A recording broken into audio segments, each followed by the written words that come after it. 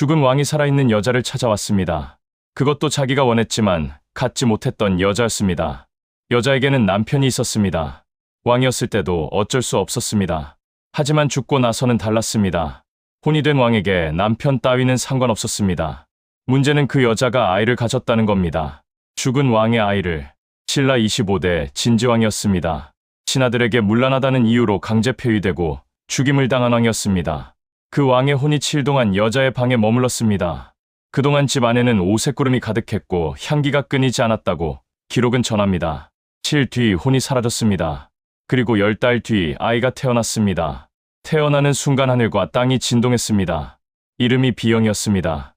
아버지는 죽은 왕이었습니다. 폐위된 왕의 아들이 세상에 나온 겁니다.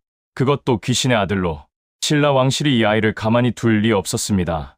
그런데 아무도 예상 못한 일이 벌어졌습니다. 다음 왕이 이 아이를 궁궐로 불러들인 겁니다. 진평왕이었습니다. 신라 26대 왕, 진지왕의 뒤를 이어 왕위에 오른 사람이었습니다.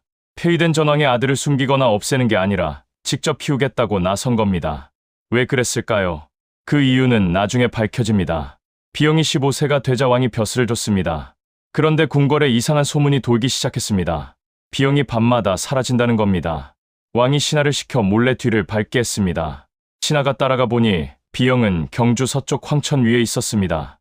귀신 수십 명과 함께 놀고 있었습니다. 새벽종이 울리자 귀신들이 한꺼번에 사라졌습니다. 비영만 혼자 궁궐로 돌아왔습니다. 다음 날 왕이 비영을 불렀습니다. 사실이냐고 물었습니다. 비영이 고개를 끄덕였습니다. 왕의 반응이 놀라웠습니다. 화를 내지 않았습니다. 오히려 눈이 빛났습니다. 왕이 말했습니다. 귀신들을 데려다 다리를 하나 놓아라.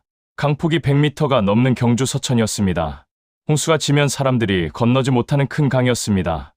비영이 그날 밤 귀신들을 불러 모았습니다. 귀신들이 움직이기 시작했습니다. 그리고 아침이 됐습니다. 다리가 완성돼 있었습니다. 하룻밤 만에. 아침에 나온 사람들이 다리를 보고 입을 다물지 못했습니다. 귀신이 놓은 다리라고 했습니다. 이름이 귀교의 저가 됐습니다. 지금도 경주의 귀교보, 귀교들이라는 지명이 신라 시대 그 이름 그대로 남아 있습니다. 1400년이 지난 지금까지도 왕에게 욕심이 생겼습니다. 귀신들 중에 쓸만한 인재가 있으면 추천하라고 했습니다. 비영이 길달이라는 귀신을 추천했습니다. 왕이 길달에게 관직을 줬습니다. 처음에는 잘했습니다. 그런데 어느 날이었습니다. 길달이 사라졌습니다. 여우로 변해 도망친 겁니다. 그냥 도망친 게 아니었습니다. 길달은 관직을 받은 귀신이었습니다. 나라시를 맡은 귀신이었습니다. 그 귀신이 배신하고 사라졌다는 건 단순한 도주가 아니었습니다. 어디선가 무슨 짓을 하고 있을지 아무도 몰랐습니다. 비영이 움직였습니다. 다른 귀신들을 보냈습니다. 잡아오라고 했습니다. 귀신들이 길달을 쫓았습니다. 잡았습니다. 비영이 명령했습니다. 죽여라. 길달이 죽었습니다. 그 이후로 귀신들이 달라졌습니다. 비영랑이라는 이름만 들어도 달아났습니다.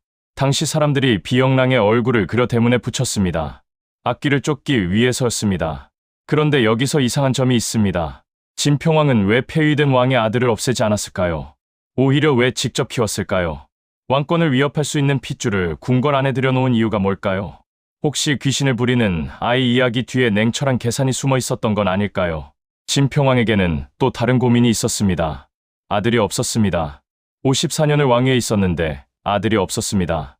딸만 셋이었습니다. 신하들이 물었을 겁니다. 다음은 누구입니까?